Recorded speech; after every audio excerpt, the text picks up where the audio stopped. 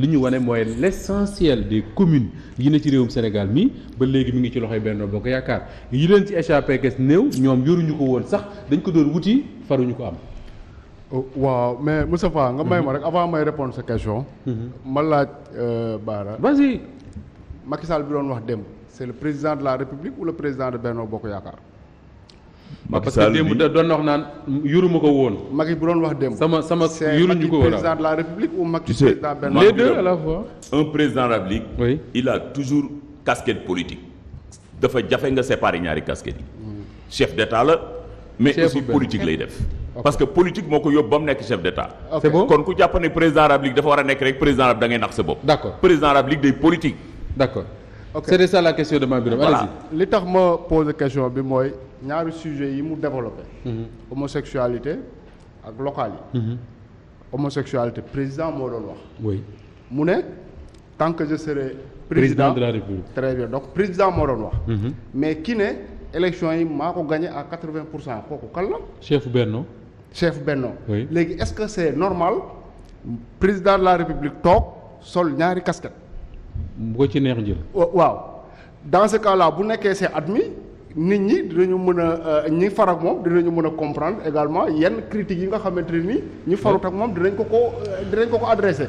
parce que tout simplement non pour pousser la comparaison jusqu'à l'extrême. Est-ce que ñun aussi fi ñu toog nii amuñu droit ne à partir de cet instant là fi ñuy waxee nii on parle du président de Benno et on parle plus de Macky Sall. Et on dit ce qu'on veut. Tout à fait parce que bu nekkee ne nekkatul le président de la République c'est le politicien qui parle. Oui. On ne peut pas nous demander ñu am ay égards si moom. Oui. On a le droit li ñuy wax Ousmane Sonko di ko wax Barthélémy Dias di tout à wax fait. keneen ñu wax ko. non, c'est ça qui n'a c'est rien xam à nga voir. xam. Ah mais chef de parti un président de la République même pendant la campagne électorale il est président de la République. Chef de buy ñëw parti. fii ñëppay wàcc yoon bi. C'est ça la vérité. Mame Birame. allez-y waaj. Ensuite man. Un président de la République il est président de la République à tout moment. D'accord. il est politique nag. D'accord. waaye bés boo yaakaaree ni du président de la République wax ko loo ko war a wax. Mame Birame. wala ngaa génn ci studio bi gars yi de toute yóbbu façon même bu ko nekkul ñu duñ ko wax lu ñu ko war a wax. Ah. moom je donne la garantie allez-y. Ensuite man ci président de la République laa gis kuy annoncer victoire am mel na kuy jooy. kuy jooy nekk ci benn désespérance boo xamante ne ni di wax li ma gën a métti nga sentir réellement que ne kii nii. di wax li muy wax dara neexu ko ci. donc loolu beneen observation la bu ñuy def ci forme bi. maintenant par rapport ak fond bi bu nee gagné nañu à 80% xam nga mooy li ñu doon wax depuis démb rek. léegi ba posé la benn question bu simple Moustapha. oui. su ma la dee jox 7 billets 500. ak benn billet 10 000 ban ngay jël. billet 10 000 laay jël c'est très bien ñoom nag dañu yor 21 billets 500. Oui. ne ñoo ëpp xaalis ñu yor 3 billets 10 000. noonu nga ko jàppee. c'est noonu la demee parce que là Mame Birame Barthélémy Dias. il récolte à Dakar plus de 173 000 voix. 173 000 voix mën nga wàññi 100 communes fii ci Sénégal du ko mat. mais foofu laay ça waxee c'est la réalité du terrain. parce que mën nga bëri ay billets. Oui. te du représenter grand chose. oui. xam nga wax na tout à l'heure ay villes symbole. mais symbole yi nga xamante ne ni mën nañ leen a citer dafa bëri. par exemple tey mën nga wax ne les institutions de la République. nga ne kii jiite benn bi Moustapha Niasse dañ koo battre feefam. Abdoulaye Diatta ancien directeur de la formation et de la communication ministère éducation nationale. moo ko dóor. très bien. nga ne Idriss Seck dirigé wul beneen institution dañ ko dóor ba ci bureau de vote ba ci bureau de vote am. am Babacar Diop moo ko dóor. nga ne Aminata Mbengue Ndiaye ki mu soutenir dañ koo dóor bureau de vote am. Moustapha Diop moo ko dóor. très bien donc 3 institutions yi gagné nañu leen. nga ne les foyers religieux. au Sénégal. nga ne à Touba le bulletin blanc a battu Benno. dinañ ci ñëw léegi. nga ne à Tivaouane. Diop si. très bien Benno gagné nañu leen. nga ne à Kaolack. Benno gagné wu fa. nga ne à Thiès Benno gagné wu fa donc foyers religieux yi également dañ ko perdre. léegi mu des capitale régionale yi nga xamante ne nii ñoo gën a peuplé au Sénégal Dakar Thiès. Diourbel. Kaolack. Diourbel parce qu'il y a Touba. 4 régions les plus peuplées du Sénégal.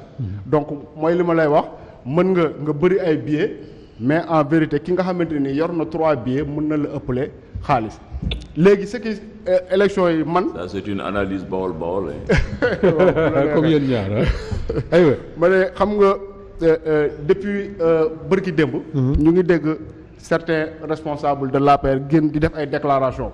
am ñenn ñu naan ñii nii vraiment dañu war a wax le président de la République ce qui se passe. parce que le discours bi ñuy tenir continuer di naan pertu ñu alors que leur défaite est patente xam nga. Ce n'est pas rendre service à Macky Sall, vaudrait mieux ñu dem tenir au président de la République un discours de vérité. Sauf que là c'est le discours du président qui répète. Très bien ma ne nag instant yooyu loolu man xalaatoon naa jàppoon naa ne que ñii di wax ci plateau yi di tëbaka dal di naan pertu ñu mais ils ont été briefés dañ leen a woow en réunion wax leen ne lii ak lii ak lii ak lii. Parce que les éléments de langage sont les mêmes. Mais avant le président de la République Farba Ngom moo njëkk a def sortie ne revendiquer 80%. 80% chiffre boobu moom le président de la République ñëw tegaat. même chiffre que Farba. même chiffre te au-delà de ça ba démb ñu ngi naan à Dakar élection yële passé benn commune lañ ci gagné woon mais yii nii gagné nañ au moins 4. mais xam nga lu gën a grave. Rapidement Mame Birame bu ñu jëlee exemple commune de Ngor. Commune de Ngor par exemple. ku ko gagné. nga xam ne Amadou Gueye moo fa nekkoon. waaw bi muy gagné 2014. dafa battre Taxawu Dakar battre Benno Bokk Yaakaar yor mouvement am gagné. mais dafa ànd ak Benno Bokk Yaakaar daanu. mairie ba mu yoroon ki dooroon ki boole woon Taxawu ak Benno yëpp. am na 2014 dafa boole Yewwi dafa boole non pas Yewwi dafa boole Taxawu Dakar. ak Benno Bokk Yaakaar duma leen nekk maire Ngor. oui te boobu mouvement am la yor. oui élection yii nii mu dem ànd ak Benno Bokk Yaakaar ñu investir ko ba mu demee dafa ñàkk. am na yeneen Benno yu beru à Ngor. D'accord xam naa leen kooku mooy seen candidat officiel. alors Ramatoulaye est-ce que Macky Sall finalement dafay dalal xelam wala dafa bëgg a dalal xelu ay gaayam parce que li ñuy wax ni moo ñu gën a xam que ni y a beaucoup de communes au Sénégal yoo xam ne gagné ko taxuta yor la majorité ci biir réew mi. Moustapha dégg nañ ko le chef de l'État muy wax les grandes villes mën nañ ko wax ku ci mel ni Ziguinchor. wax Thiès wax Dakar donc yu ci bëri yoo xamante ne tey ji opposition ñoo ko yor c'est vrai que li mu ko expliqué opposition moom le camp du pouvoir mosuñu yor yooyu les régions. mais également mën nañu wax ni que li participer ci seen défaite foofu tamit c'est en leur sein benn bi mooy Benno ci boppam les responsables de Benno se sont livrés une guerre interne ñoom ñooñu ci seen bopp. Deuxième lecture bi mooy les populations également ont sanctionné le chef de l'État. Donc il faut que aussi mu am lecture ci loolu c'est pas que. Mais là le président Macky Sall Ramatoulaye dogguma la mais il n'accepte pas que ni dañ ko sanctionné. il faut qu'il accepte que ni on a sanctionné sa politique. Oui on l'a sanctionné parce que boo gisee tey jii dañ doon wax toujours population yi est-ce que dina am rush boobu. mais li ñu gën a seetlu mooy ce sont les jeunes ñoo jóg bii yoon dem voté ji bëri na ci jeunes yoo xamante ni ñoom ñoo dem voté ji. te la preuve lu raaroon ci local. waaw te feeñ na également ci aussi coalition yi te coalition Yewwi quoi qu'on puisse dire dañoo def bloc. def nañu bloc ñoom ñëpp ñu ànd mais attends comme on dit l'union fait la force bu fekkee ñoom ñëpp def nañu benn bloc moment bi nga xamante ni le camp du pouvoir ñoom seen coalition ci seen bopp ñoom seen bopp il se livre une guerre interne nga ñëw Dakar xool candidature yi gis nu mu tuddati fu bennoo taxaw keneen taxaw ci wetam ñu bokk même camp bi. waaw loolu déjà discipline de parti boobu sax ñoom seen biir bu fekkee chef de l'État am na yenn liste. parce que Ramatoulaye soo déggee les chiffres c'est vrai que Mame Mbaye Niang il n'a pas été extraordinaire mais soo déggee chiffres yi am xëy na su fekkoon ne Abdoulaye Diouf Sarr la àndal mën na changer un peu la donne. Je dis pas que day gagner mais mën na changer la donne. pas grand chose ndax Mame Mbaye Niang boo xool non pas grand chose boo xoolee Mame Mbaye Niang li mu am. ñi voté wul Benno Bokk Yaakaar jàppal ne dañu contre gouvernement bi régime bi ak ka koy représenté ca gox ba. C'est simple que ça waaw. du ñu am Mame Birame fii mu jeex mais quelque part Ramatoulaye est-ce que mënuñu jàpp également que ni waa Benno Baara wax na ko sànq suñu bennoo woon même suñu bennoo woon et que Yewwi Askan Wi am ay candidats fu mel ne Pikine fu mel ne Kédougou ak yeneen zones yu ma xamul yoo xam dañ fa forclos wala ñu rejeté seen ay liste est-ce que du joxe le même résultat tey li ma dégg Pikine les chiffres qui sortent de Pikine même suñu waxee ne Timbo moo gagné je me dis quelque part Cheikh Dieng bu amoon waa Yewwi à côté wala mu nekk candidat waa Yewwi kenn waxatu ko c'est au revient à la même situation. oui gis nañ ko ci yenn communes yi koo xamante ni ñoom bu fekkoon demoon nañu ak Yewwi. je crois même le maire Benno de Kédougou dañ ko dóor waaw malgré l'absence de Yewwi Askan Wi. bu ñu defoon bloc ñoom bu ñu ñëwoon je pense que également am na cas yu mel noonu sax à Thiès tamit ku ci mel ni Thierno Alassane dafa def République des valeurs il est parti tout seul ànd ak yeneen mouvement yi foofu mais ñoom également bu ñu defoon bloc parce que Thierno ni mu dooree Idi tamit ci biir bureau bi xëy na comme ni nga ko waxee tout à l'heure dinañ ci ñëw mais Benno il faut que ñoom ci seen bopp ñu xam ne ñoom ñoo rey seen bopp. D'accord. dinañ ci ñëw léegi gox par gox. c'est intéressant rapidement parce que suñ ko def du ñu mën a wax li ñu bëgg a wax yëpp. waaw beneen question laa bëggoon a poser. après nga ñëw alors Pape Sané li intéressant également ci discours du président de la République ak ñi nga xam ne ñoom la bokkal seen coalition c'est que tey man ci ngoon gi dama doon amuser wu un peu pour retourner au discours d'après local de 2012 de la coalition Soppi mais je retrouve exactement les mêmes choses c'est-à-dire que ñoo ëppale communes yi ñu gagné on garde la majorité sociologique grande ville yi ñu ñàkk mësuñu ko le pouvoir mësu ko téye et d'ailleurs ce qui est intéressant c'est que quelque part moom laa doon wax sànq que ni même Ablaye Wade à l'époque sa coalition avait réussi à garder une zone comme Ziguinchor pour ne pas dire toute la Casamance mais bii pas on retrouve les mêmes mots est-ce que tey Macky Sall mënuñu wax quelque part que ni dafa fàtte ne 2009 lii moo xewoon 3 ans après mu jur li mu jur pour Ablaye Wade mooy la perte de son pouvoir. mais Moustapha xam nga bi opposition bi doon wax fii. lii day doon premier tour am ñu doon dingat ci majorité bi. kii nga xam ne mooy Mahmoud Saleh jóg daal di taxaw ne. oui élection yi ñuy dem su leen ne ay élection locale la da leen nax. c'est des élections nationales qui vont impacter qui vont donner. qui vont impacter sur la conduite à tenir pour les législatives et éventuellement le 3e mandat. donc mu am Mbour donc mu doon la nga xam ne lu leer naññ la ci importance su élection yi. je dis jamais de mémoire boog yi ma fekkee jamais élection locale xaalis circuler nii. wallaahi.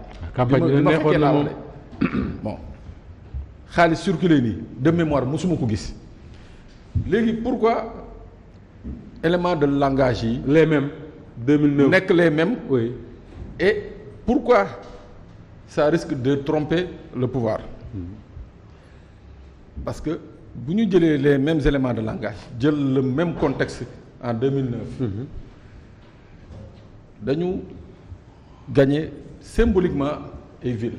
oui villes yooyu boo ko dajalee ñu ngi doon représenter 60% de l'électorat de l'électorat du Sénégal villes yooyu ñu jëloon 60% tey excepté Fatick. oui soo jëlee l'axe Dakar. Thiès Diourbel Kaolack Ziguinchor tu as 67% de l'électorat du Sénégal. plus que ça. 67% de l'électorat du Sénégal. on me dira que à Kaolack Serigne Mboup ci ñoom la bokk. mais néanmoins du Benno. du benn waaw nga ñëw fu mel ni Géejawaay. jël nañ ko. intéressant Géejawaay. très fort électoralement. nga ñëw fu mel ni Kër Massar malgré que dañ ko tas. ñoom ñoo fa nekkoon. mais perte nañ ko. donc ça veut dire que quelque part vraiment waruñu toog ñoom le pouvoir di jéem a nax seen bopp. c'est-à-dire que aujourd'hui il y a un réel danger. mooy que tey jii opposition bii nii suñu deful ndànk. lii xewoon de 2009 à 2012 mun na xew et puis. mais est-ce que le bon discours pour le pouvoir n'aurait pas été li Bara Gaye wax sànq certes on contrôle la majorité wala boog l'écrasante majorité des communes mais fu bari perte nañ fa te ñoo ko teg suñu bopp nañ xoolante ci ay bët. mais Moussa reconnaître lan moo tax ñu ñàkk. non mais ñoom est-ce que xamuñu ndax lan ñu ñàkk Moussa parce que man je crois que dès l'instant bii président jógee daal di ne je reconduis les mêmes maires. avec tout ce qu'il y a eu comme scandale yi nga xam ne topp na la majorité des maires je crois que foofu mooy premier élément bi mu tegee la défaite de Benno. d'accord waaw xam nga tamit je voudrais préciser sur ça. non di nga ci ñëw Bara parce que on reste sur les locales. 2 minutes rek sur l'enjeu des élections. oui xam nga tamit Pape li ñuy fàtte mooy gis nga élection maire dafa jafe pour un parti au niveau central nga organiser ko parce que titre maire Pape dafa neex est-ce que yaa ngi fàttaliku c'est un titre honorable ñëpp bëgg a nekk maire. man maire laa ci dëkk bi ma dëkk même boo nekkee les anciens maires ba léegi seen doom yi dañ naan man sama papa nekkoon na maire dëkk bi c'est pourquoi xëccoo bi jafe. parce que ñun ñëpp dañu bëgg a nekk nit ñëpp ku nekk boo sañoon nekk man s'il y a des postes et je l'ai toujours dit deux fonctions qui m'intéressent c'est la fonction de maire et de député. mais mënu woon dem tey ba